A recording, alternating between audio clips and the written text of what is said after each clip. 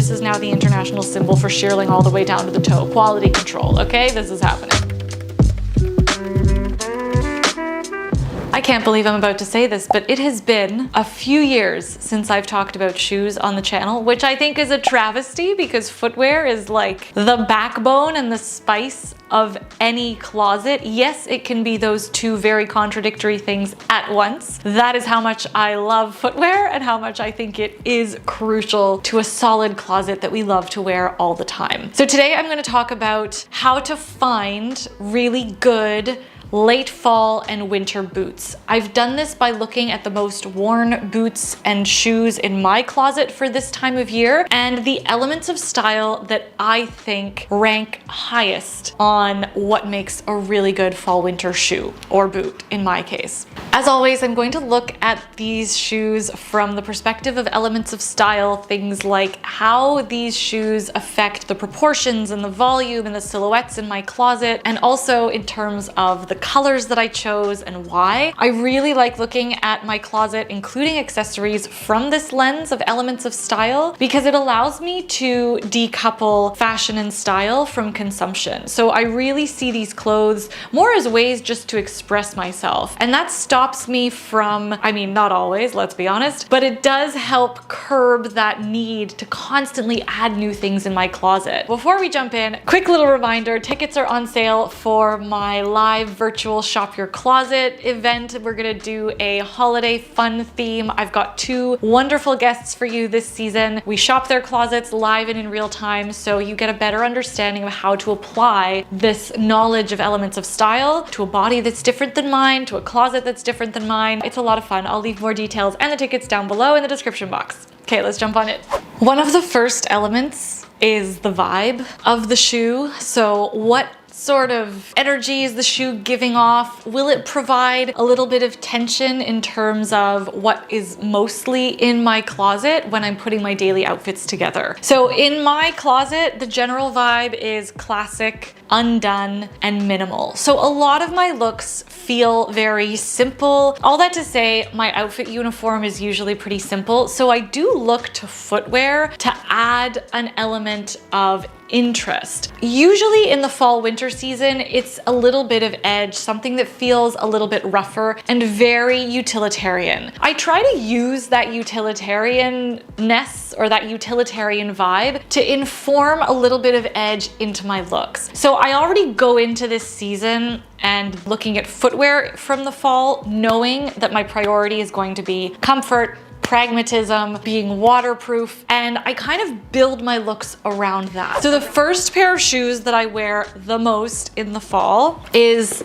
a classic flat moto boot. I think this is something that a lot of us have. This could also be a Chelsea boot, a Blundstone. This could be something with a higher shaft, a Doc Marten. And I don't think necessarily that we all have to have this style of moto boot in our closet. I think as long as it's like a flat ankle boot that suits you and your style vibe, that's what's gonna be important. For me, I love a rubber sole and a really nice Goodyear welt with waxed laces. I also love a higher ankle shaft on any fall winter boot simply because it gives more coverage on the ankle, but also because I know in the fall and winter, for me personally, my trousers and denim are gonna be a little bit more cropped because I don't want them to drag too much on the ground when there's snow and mud and slush and all that stuff. So I know I'm gonna wanna lengthen my proportions up through the leg. I know I want that shoe to disappear entirely up the leg if possible. I do find that they are a really low profile, a very sleek silhouette. You can see that the sole isn't really hefty or anything like that. So these are really nice when I want to keep my bottom half really nice and sleek and minimal. If I want to add tension, I'll wear these with a legging and then something really bulky on top, or I'll wear them with a skinny jean and something a little bit looser and comfortable on top, so I get a little bit of that like visual tension. I also love wearing them with a little mini skirt so that I get the tension, but more from the style vibe aspect. So something a little bit feminine and cute and fun paired with a little bit of that edge can also be a really fun way to incorporate something that feels functional with something that feels a little bit more interesting and playful. I know that I said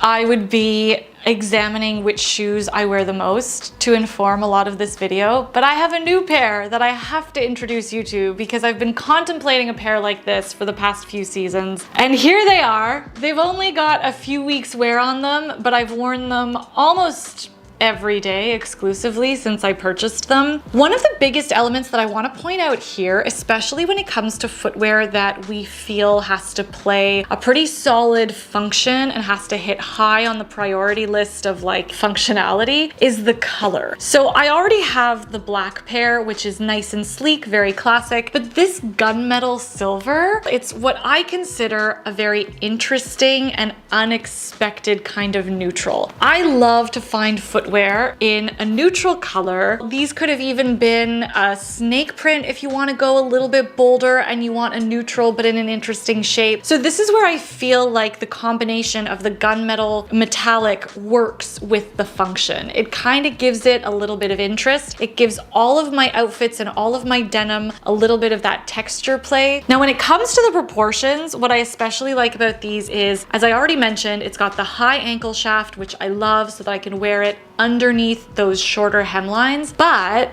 I also especially like the heft of the sole and the roundness of the toe here, because if I'm wearing a trouser or a denim that is a little bit wider, slouchier, a little bit more of that straight leg, I can wear it two ways. I can wear the denim over the boot so that it covers the shaft completely. This is a more like cleaner, probably a more trend forward look, but I personally love to tuck the hems of my denim into a high shaft like this. I love this blend of functionality. Yes, they're trend forward, but this is a really good example of when a trend can work in your favor. Really great fall winter boot, but it has a heel. These are incredibly old, maybe 4 or 5 years old, but this is a fantastic winter boot that kind of checks off all the boxes. Functional because they're waterproof, they're shearling lined all the way down to the toes, so they're incredibly warm. They've got a nice rubber sole, a solid rubber heel that isn't too high. They are like another unicorn in the sense that they marry function and looking chic in the winter and in the fall, which is a very, very hard thing to nail. And this is what's interesting here is from an elements of style perspective, what I think stands out to me the most is their texture, this beautiful patent shine. So not necessarily much going on here in terms of silhouette or proportion. So I know they're a pretty minimal, pretty sleek proportion play. So if I'm wearing a big chunky coat or something like that, they're not gonna really do much in terms of balancing out or adding any tension. But what they will do is add a lot of really cool visual interest by adding a little bit of that shine to any outfit. The ankle shaft isn't as high as I would like, so when I wear these, I do tend to wear a sock and then I'll either tuck the pant into my sock or I'll make sure I'm wearing like tights underneath so that I get that extra layer of warmth.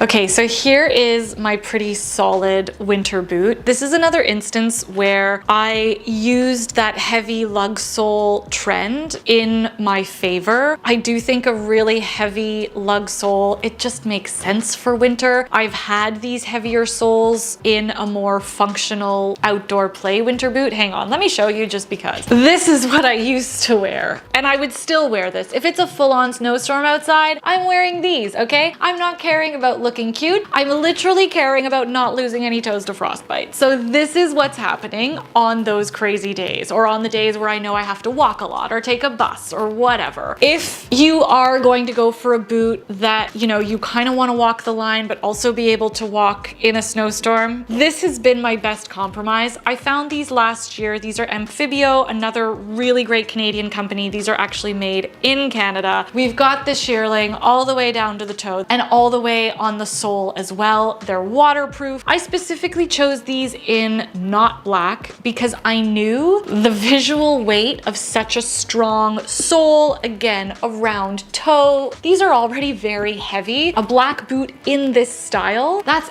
extra heavy. And I kind of like to incorporate something a little bit unexpected, a little bit of lightness in the winter. So I'm offsetting the visual heft of the silhouette of the boot with a lighter color. Also, it works with my regular closet palette. This kind of tan, very, very light camel color is one of the key staples in my closet, along with black and denim, and this looks fantastic with black and denim. Do you have to get a boot or a shoe in line with your closet color palette? No, but it does help. If you have the wonderful fortune of living in one of the coldest capitals in the world, then you might need a pair of like just solid playing in the snow winter boots. I personally shop for longevity. I've always gone back to them. They have a really solid sole. I've never slipped or tripped or fallen in them. They are completely waterproof. I personally like the tall ones. Maybe not as cute, maybe a little bit like hardcore looking, but they do the job. I tuck my pants into them. I never ever put a pant over this. I just like, why? You can't. It makes no sense. If I know it's a day where I'm gonna have to wear these boots, I'm gonna wear something that is slim, a legging, a slim jean, a skinny jean, something like that. I would never wear these with a dress or a skirt.